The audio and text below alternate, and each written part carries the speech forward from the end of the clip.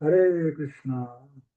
ओम ज्ञानतिमिरन्धस्य ज्ञानाञ्जनः शलाकया चक्षुरुन्मीलितं येन तस्मै श्रीगुरवे नमो। श्रीचैतन्यमनःभीष्टं स्थापितं येन भूतले स्वयं रूपो कदा मह्यं ददाति स्वपदान्तिकम्। नमो विष्णुपदाय कृष्णप्रेष्ठाय भूतले श्रीमते भक्तिवेदान्त स्वामिनिति नाम्ने। नमस्ते सरस्वती देवे गौरवाणी प्रचारिणे निर्विशेष शून्यवादी पश्चातो देशतारिणे। हे कृष्ण करुणा सिंधु दीनबंधु जगोत्पते गोपेशो गोपिका कंथो राधा कंथो नमोस्तुते। तप्त कंचन गौरंगी राधे वृंदावनेश्वरी वृषभानुसुते देवी प्रणमामि हरिप्रिये। वंशाकल्पतरुभ्यश्च कृपा सिन्धु वैव च पतितानां पावनेभ्यो वैष्णवेभ्यो नमो नमः। जय श्री कृष्ण चैतन्य प्रभु नित्यानंद श्री अद्वैत गदाधर शिवासादि श्री गौरभक्तवृंद।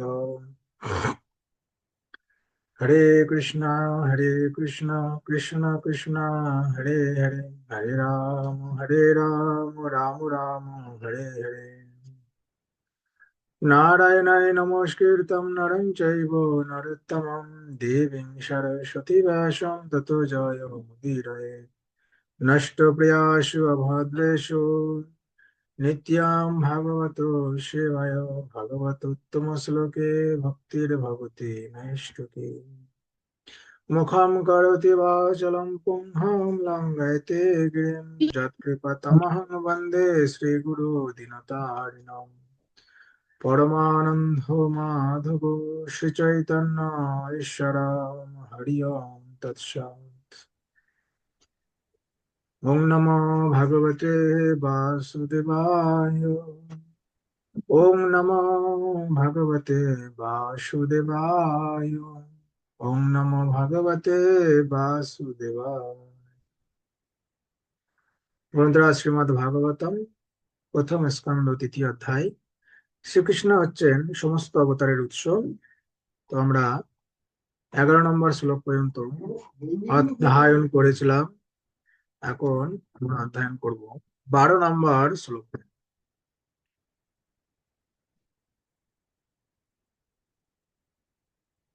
ततः सप्तमापुत्रां रुचेर्यज्ञाय व्यजायत स जमादयिषुरगैनो रपात् স্বয়ম্ভুবন্তরম। সপ্তম অবতার হচ্ছেন প্রজাপতি রুচি ও তার পত্নী আকুতির পুত্র যজ্ঞ। স্বয়ম্ভুব মন্বন্তরে তিনি এই ব্রহ্মাণ্ড পালন করেছিলেন এবং তার পুত্র জাম আদি দেবতারা তাকে সেই কার্যে সাহায্য করেছিলেন। এই জড়জগতের পরিচালনা করার অতি উচ্চ পদগুলি দান করা হয় অতি পুণ্যবান জীবদের। যখন সেরকম हरे कृष्ण प्रभु जी। পুণ্যের অভাব হয়, তখন ভগবান নিজেই ব্রহ্মা, প্রজাপতি, ইন্দ্র আদি রূপে আবির্ভূত হন এবং পরিচালনার দায়িত্বভার গ্রহণ করেন। স্বয়ংভুব মনুর সময়, মানে বর্তমানে এই ব্রহ্মাণ্ড বৈবস্বত মনুর দ্বারা পরিচালিত হচ্ছে। ইন্দ্রের পদ অধিকার করার মতো কোনো উপযুক্ত জীব না থাকায় ভগবান নিজেই ইন্দ্রের পদ গ্রহণ করেছিলেন। জামাদি তার পুত্র এবং অন্যান্য দেবতারা তখন তাকে সহায়তা করেছিলেন। ভগবান যজ্ঞ তখন ব্রহ্মাণ্ডের পরিচালনা করেছিলেন। অষ্টমে মেরুদেব্যাম তু নাভের্জাত উরুক্রমঃ দর্শয়ন বর্তমধীরানম সর্বাশ্রমণম কৃষ্ণ নমস্কৃতম। ভগবানের অষ্টম অবতার হচ্ছেন মহারাজ নাভি ও তার পত্নী মেরুদেবীর পুত্র মহারাজ ঋষভদেব। এই অবতারে ভগবান পূর্ণ সিদ্ধি লাভের পন্থা প্রদর্শন করেছিলেন, যে পন্থা সর্বতোভাবে জিতেন্দ্রীয় এবং সমস্ত বর্ণ ও আশ্রমের মানুষদের দ্বারা পূজিত পরমহংসরা অবলম্বন করে থাকেন। মানব সমাজকে প্রকৃতিগতভাবে 4টি বর্ণ এবং 4টি আশ্রমে বিভাগ করা হয়েছে। চারটি বর্ণ হচ্ছে মানুষের বৃত্তি অনুসারে চারটি বিভাগ, এবং চারটি আশ্রম হচ্ছে চেতনার ক্রম বিকাশ অনুসারে চারটি বিভাগ।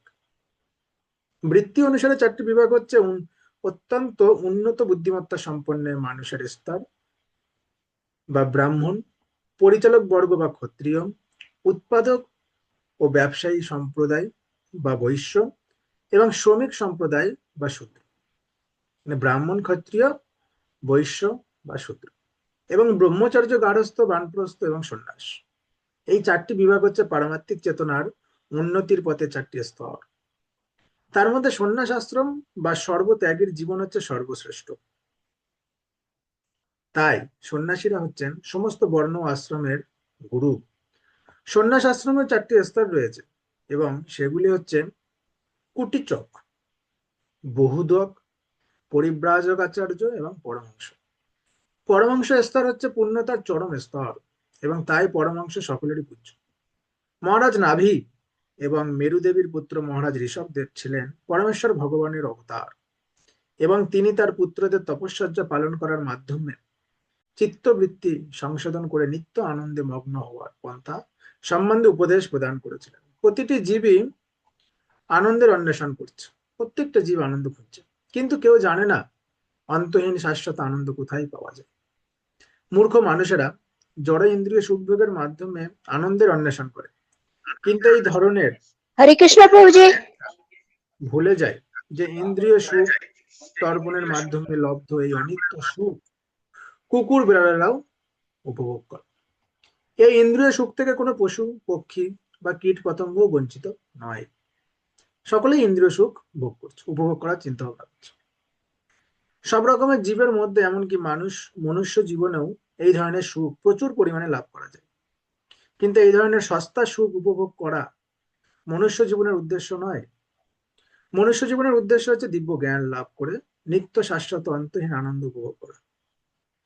এই দিব্য জ্ঞান লাভ করা যায় তপস্যার মাধ্যমে। তপস্যার্য কথাটির অর্থ হচ্ছে স্বতঃস্ফূর্তভাবে কষ্ট স্বীকার করা এবং জড় সুখভোগ থেকে বিরত হওয়া। যারা জড় সুখভোগ থেকে বিরত হওয়ার শিক্ষা লাভ করেছেন তাদের বলা হয় ধীর, অর্থাৎ যিনি তার ইন্দ্রিয়ের দ্বারা বিচলিত হন না। এই ধরনের ধীররাই কেবল সন্ন্যাস গ্রহণ করতে পারে, এবং তারা ধীরে ধীরে পরমহংস স্তরে উন্নীত হতে পারে, যে স্তর সমাজের সমস্ত মানুষের দ্বারা পূজিত হয়ে থাকে। মহারাজ ঋষভদেব এই পন্থা প্রদর্শন করে গিয়েছিলেন, এবং তার জীবনের চরম স্তরে তিনি জড়দেহের সমস্ত প্রয়োজনগুলি থেকে সম্পূর্ণভাবে মুক্ত হয়েছেন। এই স্তর অত্যন্ত উন্নত, এবং মূর্খের মতো তা অনুকরণ করার চেষ্টা করা উচিত নয়। পক্ষান্তরে শ্রদ্ধাবনত চিত্তে এই স্তরের মানুষদের পূজা করা উচিত। ঋষিভির্যাচিত ভেজে নবমং পার্থিবং বপুঃ দুগ্ধে মামসাধীর্বি প্রাস্তে নায়ম সৌষোত্তমঃ। হে বিপ্রগণ, ঋষিদের দ্বারা প্রার্থিত হয়ে নবম অবতারে ভগবান পৃথুরূপে রাজদেহ ধারণ করেছিলেন। এই পৃথিবীর ঔষধি সমূহকে তিনি দহন করেছিলেন, তাই পৃথিবী তখন পরম কমনীয় হয়ে উঠেছিল। মহারাজ পৃথুর আবির্ভাবের পূর্বে তার পিতা বেনের অনাচারের ফলে সর্বত্র প্রচন্ড বিশৃঙ্খলা দেখা দিয়েছিল। তাই সমাজের সমস্ত বুদ্ধিমান ও উচ্চ শ্রেণীর মানুষেরা, অর্থাৎ ঋষিরা এবং ব্রাহ্মণেরা ভগবানের কাছে প্রার্থনা করেছিলেন যে তিনি যেন স্বয়ং আবির্ভূত হয়ে সেই অত্যাচারী রাজাকে সিংহাসনচ্যুত করেন। রাজার কর্তব্য হচ্ছে ধর্মপরায়ণ হওয়া এবং তার প্রজাদের সর্বাঙ্গীন মঙ্গল সাধন করা। যখন এই রাজা তার এই কর্তব্য কর্ম সম্পাদনে অবহেলা করেন, তখন সমাজের বুদ্ধিমান মানুষদের কর্তব্য হচ্ছে তাকে সিংহাসনচ্যুত করা। সমাজের অতি উন্নত শ্রেণীর বুদ্ধিমত্তা সম্পন্ন মানুষেরা কিন্তু নিজেরা সিংহাসন অধিকার করে বসেন না, কেননা জনসাধারণের মঙ্গলের জন্য তাদের অনেক বেশি গুরুত্বপূর্ণ কর্তব্য রয়েছে। রাজ সিংহাসনে অধিকার করার পরিবর্তে তারা ভগবানকে অবতরণ করার জন্য প্রার্থনা করেছিলেন, এবং তাদের সেই প্রার্থনা শুনে ভগবান মহারাজ পৃথুরূপে আবির্ভূত হয়েছিলেন। যথার্থ বুদ্ধিমত্তা সম্পন্ন মানুষেরা অথবা বিচক্ষণ ব্রাহ্মণেরা কখনোই রাজনৈতিক পদ প্রাপ্ত হওয়ার উচ্চ আকাঙ্ক্ষা পোষণ করেন না।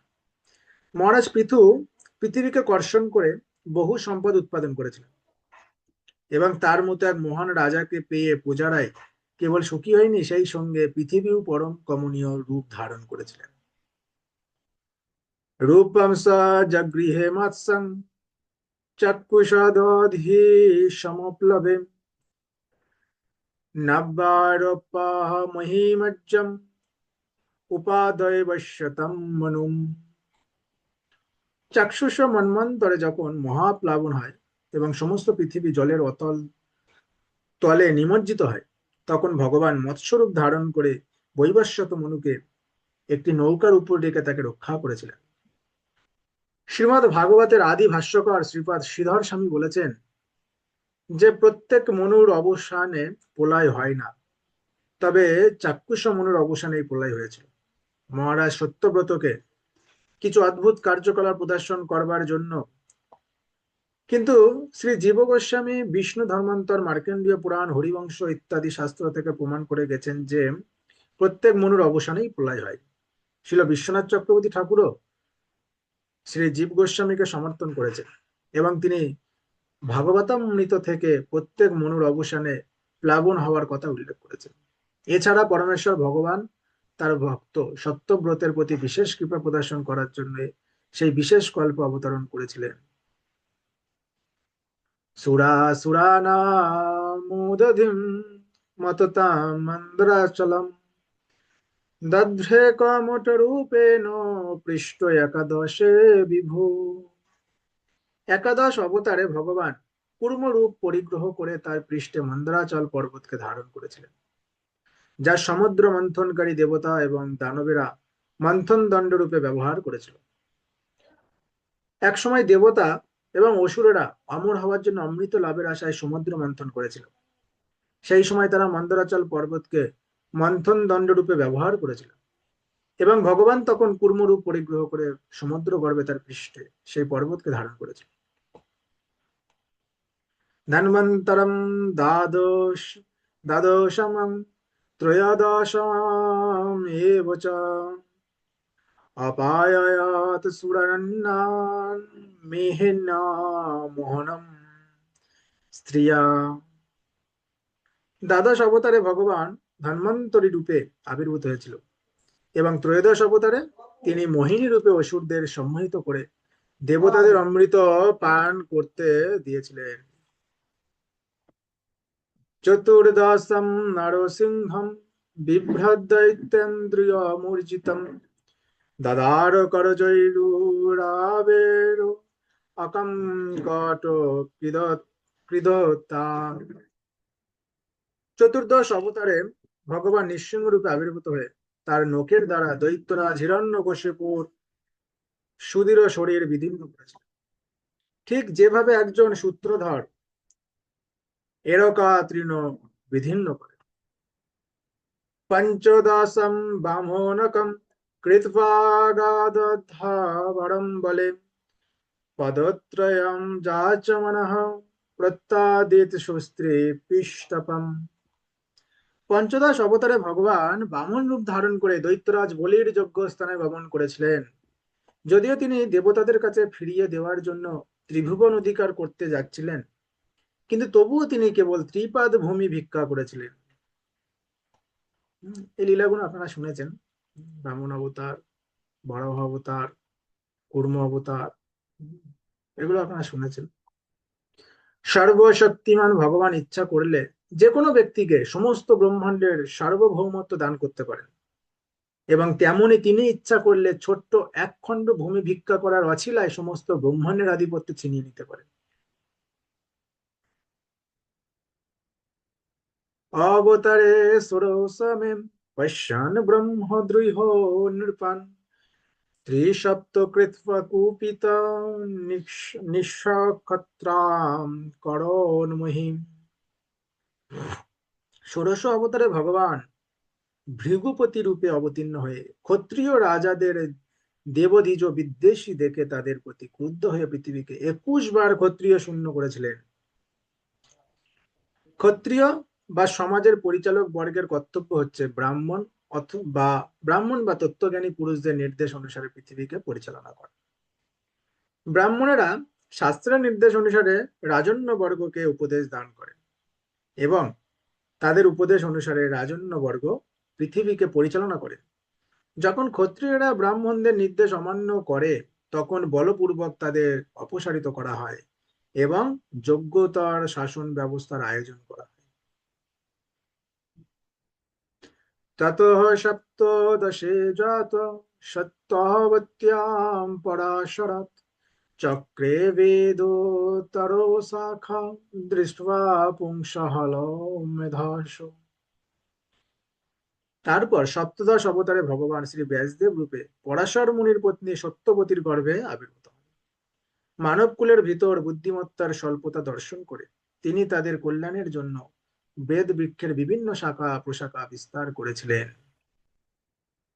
মূল বেদ হচ্ছে একটি, কিন্তু শিল ব্যাসদেব সেই মৌলিক বেদকে 4টি ভাগে বিভক্ত করেছিলেন, যথা সামবেদ, ঋগ্বেদ,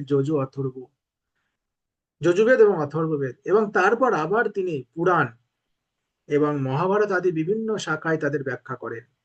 বেদের ভাষা এবং বেদের বিষয়বস্তু সাধারণ মানুষের পক্ষে হৃদয়ঙ্গম করা অত্যন্ত কঠিন। তা কেবল অত্যন্ত উন্নত বুদ্ধিমত্তা সম্পন্ন আত্মজ্ঞানী ব্রাহ্মণেরাই হৃদয়ঙ্গম করতে পারে। কিন্তু এই কলিযুগের অধিকাংশ মানুষই অত্যন্ত মূর্খ। এমনকি ব্রাহ্মণ কলদভূত মানুষেরাও স্ত্রী এবং শূদ্রের মতো অল্প বুদ্ধি সম্পন্ন। দ্বিজ অর্থাৎ ব্রাহ্মণ, ক্ষত্রিয় এবং বৈশ্যরা সাধারণত সংসারের মাধ্যমে চেতনার বিকাশ করে থাকে। কিন্তু এই যুগের অত্যন্ত কলুষিত প্রভাবের ফলে তথাকথিত ব্রাহ্মণ কলোদ্ভূত মানুষেরা এবং উচ্চবর্ণের মানুষেরাও উন্নত সংস্কৃতি সম্পন্ন নয়। তাদের বলা হয় দ্বিজ বন্ধু, অর্থাৎ দ্বিজ কলোদ্ভূত হলেও দ্বিজগুণ সম্পন্ন নয়। এই দ্বিজ বন্ধুদের স্ত্রী এবং শূদ্রের সমপর্যায়ে ভুক্ত বলে গণ্য করা হয়। শিল ব্যাসদেব বেদকে বিভিন্ন শাখা এবং উপশাখায় বিভক্ত করেছিলেন, যাতে অল্প বুদ্ধি সম্পন্ন স্ত্রী, শূদ্র এবং দ্বিজ বন্ধুদের কাছে বেদের যথার্থ তাৎপর্য সহজবোধ্য হয়।